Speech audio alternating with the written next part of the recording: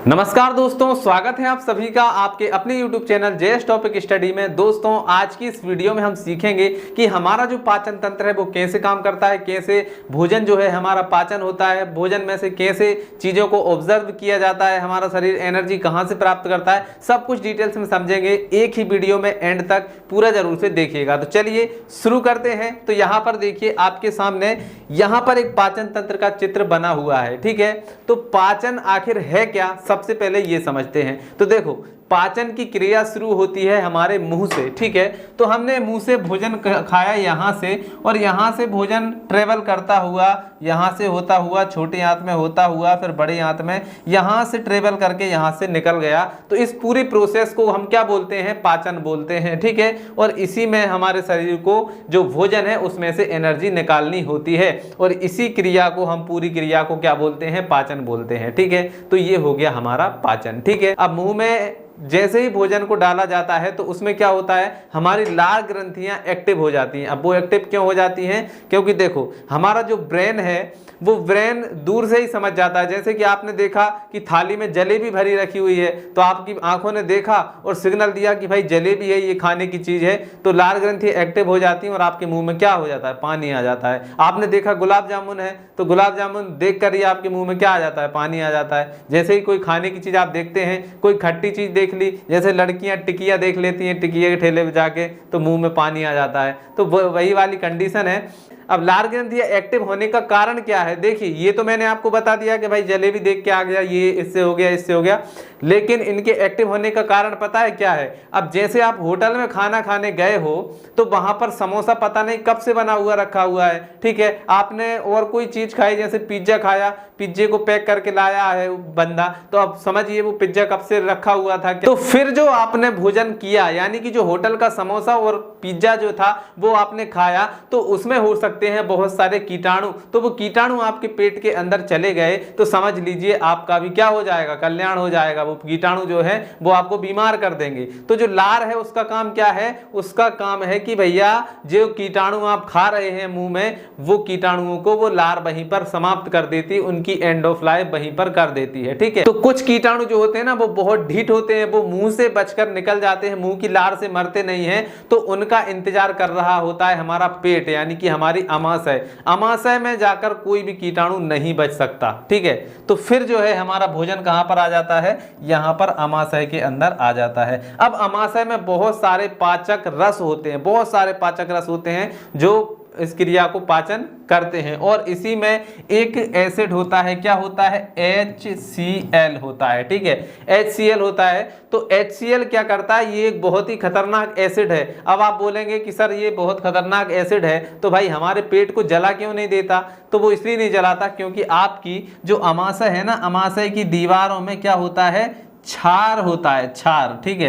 तो जो क्षार और अम्ल दोनों मिलते हैं, तो वो क्या हो जाते हैं, न्यूट्रल हो जाते हैं। तो आपकी जो अमाशय की दीवारें हैं वो सुरक्षित रहती हैं। वो सिर्फ आपके खाने पर असर करता है, क्या असर करता है, HCl, ठीक है। तो अब जो कीटाणु ऊपर से बच के आए थे वो अमाशय में आकर HCl में डूब के मर जाते हैं, ठीक है। अमाशय किसी को भी नहीं बख्शता, मतलब सारे कीटाणु जितने भी होंगे वो अमाशय में आकर खत्म हो जाएंगे, ठीक है। चलिए, तो ये तो मैंने आपको बता दिया कि पाचन, ऊपर मोटा मोटा सा मैंने आपको बताया कि पाचन आखिर में होता क्या है, कैसे आपकी क्रिया होती है। फिर ये जो भोजन है ये यहाँ पर छोटी आंत में जाएगा, यहाँ पर अवशोषण होगा, फिर इसके बाद में बड़ी आंत में जाएगा और यहाँ से मलद्वार द्वारा बाहर निकाल दिया जाएगा, ठीक है। तो ये तो मैंने आपको बेसिक बता दिया कि भाई ये प्रक्रिया होती है। अब इसको थोड़ा सा क्रम में समझते हैं, थोड़ा डिटेल्स में समझते हैं, ठीक है। तो चलिए, सबसे पहले पाचन कहां पर होगा, सबसे पहले पाचन होगा हमारे मुंह में, ठीक है। तो हम मुंह से भोजन करेंगे, ठीक है।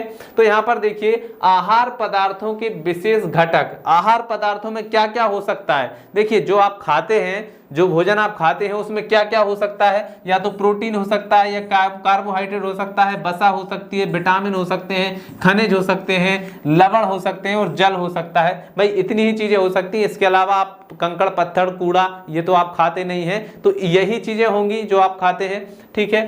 तो इन सभी खाद्य पदार्थों को, खाद्य पदार्थ जो है वो इन्हीं घटकों से मिलकर बने होते हैं, ठीक है। अब कुछ और चीजें भी समझ लीजिए इनके साथ में। शरीर का 2/3 भाग भाग जल है। शरीर को यदि आप 3 टुकड़ों में बांट दोगे तो जो 2 टुकड़े होंगे वो जल होंगे। अब ऐसा नहीं है, आपको काटना नहीं है, मैं बता रहा हूं कि शरीर का जो 2 भाग है वो पानी है, 1 भाग जो है वो बाकी चीजें हैं। ठीक है। प्रोटीन शरीर की मुख्य वस्तु है जिससे अंग बनते हैं। प्रोटीन जो होता है ना, प्रोटीन वो हमारे शरीर की मुख्य वस्तु है। ठीक है, जिससे हमारे शरीर के अंग बनते हैं। भाई हमारी नाक बनी है, हमारी आंख बनी है, हमारे गाल बने हुए हैं, हाथ बने, उंगलियां बनी है, ये सब काय से बनी हुई है? प्रोटीन से बनी हुई है। ठीक है। कार्बोहाइड्रेट ग्लूकोज के रूप में शरीर में रहता है। ठीक है, कार्बोहाइड्रेट काय के रूप में रहता है? ग्लूकोज के रूप में रहता है। ये एक मोस्ट आईएमपी क्वेश्चन है आपके लिए। ठीक है, चलिए ये बेसिक चीजें थी जो मैंने आपको समझा दी। अब हमारा आरंभिक पाचन स्टार्ट होगा। अब पाचन कहां से स्टार्ट होगा? मुंह से। ठीक है, तो मुंह में भोजन दांतों द्वारा चबाकर सूक्ष्म कणों में विभक्त किया जाता है और लार में मिलता है। अब देखो, जैसे ही भोजन आपने मुंह में डाला तो मुंह में डालते हैं तो लार आ जाती है, लार उसको मिक्स कर देती है। आपने भोजन को चाप चूप के पूरा सा उसको एक लुगदी बना देते हैं आप, लुगदी। ठीक है, तो वो लुगदी क्या होती है? फिर हम उसको निगलते हैं, फिर पेट में जाती है। ठीक है, तो जो लार होती है, लार में कुछ एंजाइम होते हैं जो कीटाणुओं को मारते हैं, तो उनका नाम क्या है? उनका नाम है टाइलिन, और टाइलिन एंजाइम होता है। और जो क्या होता है, जिसकी प्रकृति होती है क्षारीय, ये क्या करता है? जो कीटाणु होते हैं उनको मार देता है। ठीक है, उसके बाद क्या होता है? टाइलिन एंजाइम की रासायनिक क्रिया ज्यादातर काय पे होती है? कार्बोहाइड्रेट पर होती है। मतलब हमारे भोजन में जो कार्बोहाइड्रेट होता है ना, उस पे इसकी क्रिया हो जाती है और वो कार्बोहाइड्रेट को स्टार्च में बदलता है, फिर इसके बाद में डेक्स्ट्रोजन में बदल देता है और लास्ट में ग्लूकोज में परिवर्तित कर देता है। ठीक है, तो ये इतनी क्रिया होती है हमारे मुंह में। ठीक है, आपका मुंह भी कम नहीं है, इसमें भी इतनी सारी क्रियाएं होती हैं। ठीक है, चलिए आगे बढ़ते हैं और देखते हैं कि भाई अब दूसरे नंबर पे हमारा पाचन कहां पर होता है? अमाशय में। ये अमाशय का डायग्राम बना हुआ है। अब पाचन होगा कहां पर? अमाशय में होगा। ठीक है, तो अमाशय में पाचन की क्रिया जठर रस द्वारा होती है। अब जठर रस क्या है? तो अमाशय में जैसे ही भोजन जाता है तो इसमें बहुत सारे जो रस हैं वो मिलते हैं और उन्हीं से मिलकर क्या होता है? हमारा पाचन होता है। जैसे कि यहाँ पर देखिए पेप्सिन हो गया, ये भी एक जो पाचक रस है वो उसमें मिलता है। हाइड्रोक्लोरिक अम्ल हो गया, जैसे कि मैंने बताया था कि हाइड्रोक्लोरिक अम्ल हमारे अमाशय में होता है। तो पेप्सिन हो गया, हाइड्रोक्लोरिक अम्ल हो गया, ये क्या करती है? पेप्सिन की विशेष क्रिया प्रोटीनों पर होती है। देखिए पहले हमने अभी क्या पढ़ा था कि भैया जो टाइलिन एंजाइम होता है उसकी क्रिया काय पर होती है? उसकी क्रिया कार्बोहाइड्रेट पर होती है। और यहाँ पर हाइड्रोक्लोरिक जो अम्ल है इसकी क्या होती है? और पेप्सिन है, इसकी क्रिया काय पर होती है? प्रोटीनों पर होती है, जिसमें हाइड्रोक्लोरिक अम्ल की सहायता से क्या होता है? इसकी सहायता से बहुत सारे कीटाणु मर जाते हैं और प्रोटीन क्या होता है? वो फूल जाता है, फूलकर मोटा हो जाता है। ठीक है, इसके बाद में क्या होता है? जठरीय रस में 2 और एंजाइम होते हैं। अब जो अमाशय है, अमाशय में जो रस मिले हैं उसमें 2 और एंजाइम होते हैं। वो कौन कौन से होते हैं? एक होता है हमारा कौन सा? ये एमाइलेज और दूसरा होता है हमारा लाइपेज। ठीक है, क्या? एमाइलेज और लाइपेज। ठीक है, ये दोनों होते हैं। एमाइलेज का काम क्या है? कार्बोहाइड्रेट को गलाने का। ठीक है, एमाइलेज का काम क्या है? कार्बोहाइड्रेट को गलाने का। और लाइपेज का काम क्या है? वसा को गलाने का। ठीक है, तो इन दोनों का काम हो गया। और साथ में इसमें एक और एंजाइम होता है, वो क्या करता है? दूध को फाड़ने वाला होता है, जिसका नाम है रेनिन। ठीक है, इसमें क्या होता है? एक रेनिन एंजाइम भी होता है जो दूध को फाड़ देता है और जो दूध है वो तुरंत हम जैसे ही पीते हैं उसके बाद में दूध फट जाता है। जैसे कि आपने देखा होगा छोटे बच्चे जैसे ही दूध पीते हैं और उसके थोड़ी देर बाद ही अगर वो दूध निकाल देते हैं तो वो फटा हुआ दूध निकलता है। तो वो काय के कारण होता है? रेनिन के कारण होता है। क्लियर है? चलिए इतनी चीज आपको समझ में आ गई होगी। तो ये इतनी क्रिया होती है अमाशय में। ठीक है, चलिए आगे बढ़ते हैं। अब क्या है? अब इसके बाद में जो है, अब देखो मैंने आपको जो चीज बताई थी वो यहाँ पर लिखी हुई है। देखो यहाँ पर क्या लिखा हुआ है? जठरीय रस का स्राव मुख्यतः तंत्रिका मंडल के अधीन है। मतलब तंत्रिका मंडल क्या होता है? तंत्रिका मंडल वो होता है कि जो चीजों को देखकर, उनको छूकर, उनकी स्मेल से क्या होता है? एक्टिव हो जाता है। ठीक है, और एक्टिव हो जाता है तो क्या होता है? वो वैसे ही लक्षण प्रतीत हमें करवाने लगता है। ठीक है, तो यहाँ पर देखिए जैसे लिखा हुआ है, आहार पदार्थों की सुगंध नाक से सूंघने और उनके नेत्रों से देखने से रस का स्राव होने लगता है। जैसे कि मान लीजिए आपको खाना है गुलाब जामुन, आपने गुलाब जामुन को देख लिया, गुलाब जामुन को जैसे ही आपने देखा तो आपके मुंह में क्या आ गया, पानी आ गया। आपने फुल्की देखी, फुल्की जो होती है ना टिकिया, आपने टिकिया देखी तो आपके मुंह में पानी आ गया। तो ये काय के कारण आता है, आपकी जो तंत्रिका मंडल है वो एक्टिव हो जाता है उनको देखकर। इसलिए क्या होता है कि आपको पहले से ही एहसास हो जाता है कि भैया आपको भूख भी प्रतीत होने लगती है।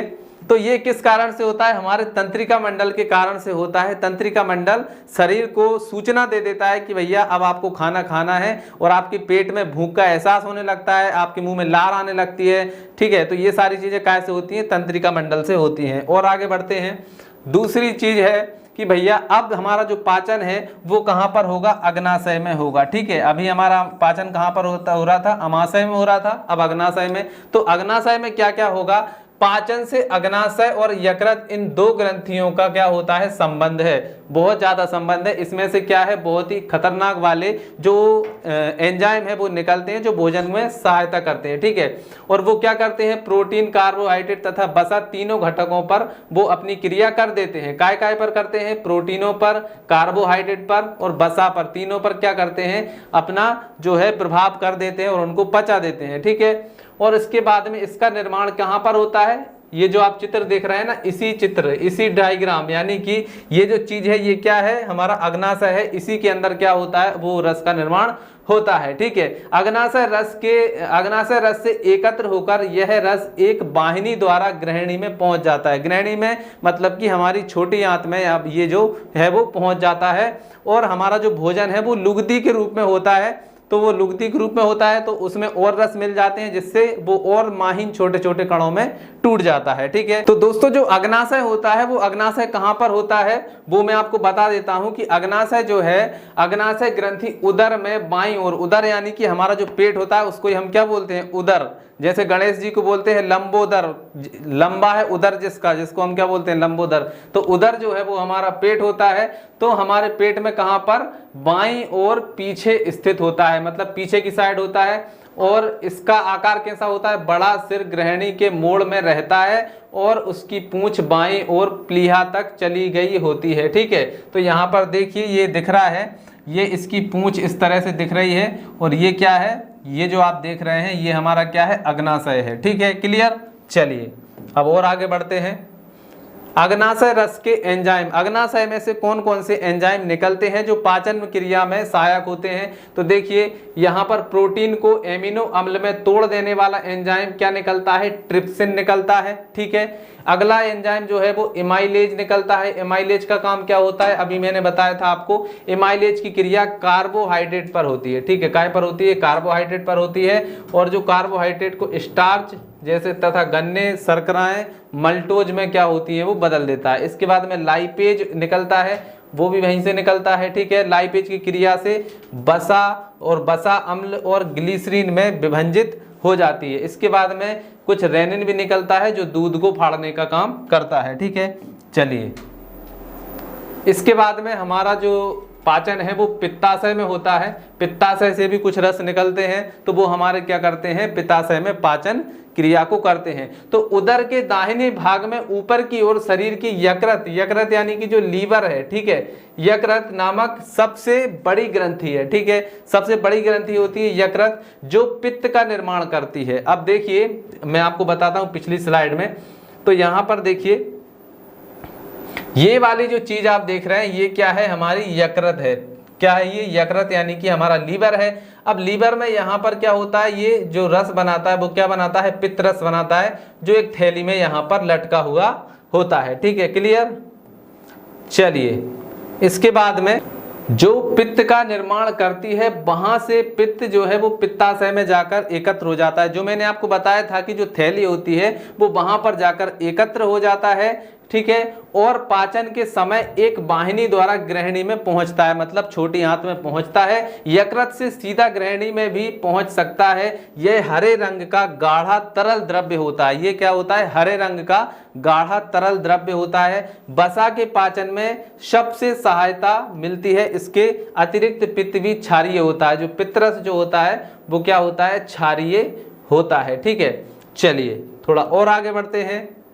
अब देखिए छोटी आंत में भोजन पहुंच जाता है, फिर इसके बाद में क्या होता है, ठीक है। भोजन जो है अब छोटी आंत में आ गया। अब छोटी आंत जो है वो बहुत लंबी होती है, ठीक है। तो छोटी आंत लगभग 10 फीट लंबी होती है। कितनी लंबी होती है? लगभग 10 फीट लंबी होती है। एक पतली लंबी ट्यूब होती है, ठीक है। और जिसके निचले जठरांत्र संबंधी मार्ग का एक और हिस्सा होती है, यह पेट के ठीक पीछे मौजूद होती है। मतलब हमारा जो अमाशय है, अमाशय की पीछे की साइड होती है और उदर गुहा के अधिकतम क्षेत्र पर कब्जा कर लेती है। मतलब हमारे पेट का जितना भी खाली स्थान होता है वो वहां पर अपना कब्जा कर लेता है। पूरी छोटी आंत कुंडलित होती है, मतलब कि वो फैली लंबी नहीं होती है, वो वहीं पर कुंडली के रूप में होती है। जैसे कि सांप होता है ना, कुंडली बना लेता है, उस प्रकार से ये भी होती है, ठीक है। इसकी भीतरी सतह सिलवटों और लकीरों से बनी होती है। और यहाँ पर क्या होता है, यहाँ पर जो भोजन पच के आया हुआ है, इन सभी इसमें से प्रोटीन का और वसा का, जितनी भी जो चीज़ें होती हैं, प्रोटीन, वसा, कार्बोहाइड्रेट, इन सभी का क्या होता है, वहाँ पर अवशोषण हो जाता है। इसके बाद में जो भोजन बचता है वो हमारा कहाँ चला जाता है? बड़ी आंत में चला जाता है, ठीक है। तो बड़ी आंत में जाने के बाद में, ठीक है, बड़ी आंत में जाता है तो फिर वहां पर क्या होता है? जल का अवशोषण हो जाता है, ठीक है। जितना भी उसमें जल होगा, भोजन जैसे कि लुगदी के रूप में होता है तो उसमें बहुत सारा जल होता है, तो बड़ी आंत में क्या होता है? जल का भी अवशोषण हो जाता है। फिर जो अपशिष्ट पदार्थ बचता है वो कहां पर आ जाता है? मलाशय में आ जाता है, ठीक है। अपशिष्ट उत्पादों को बड़ी आंत के अंत में, जिसे मलाशय कहा जाता है, में पारित किया जाता है और मल नामक ठोस पदार्थ के रूप में जो है वो शरीर से बाहर निकाल दिया जाता है। तो ये है आपका पूरा पाचन तंत्र, जो आपको समझ में आया होगा। क्या क्या क्रियाएं होती हैं, कैसे हमारा भोजन पचता है, कौन कौन से उसमें जो एंजाइम है वो मिलते हैं, सब कुछ आपको समझ में आ ही गया होगा। तो चलिए दोस्तों, आज की इस वीडियो में इतना ही। मिलते हैं अगली वीडियो में, तब तक के लिए जय हिंद, जय भारत।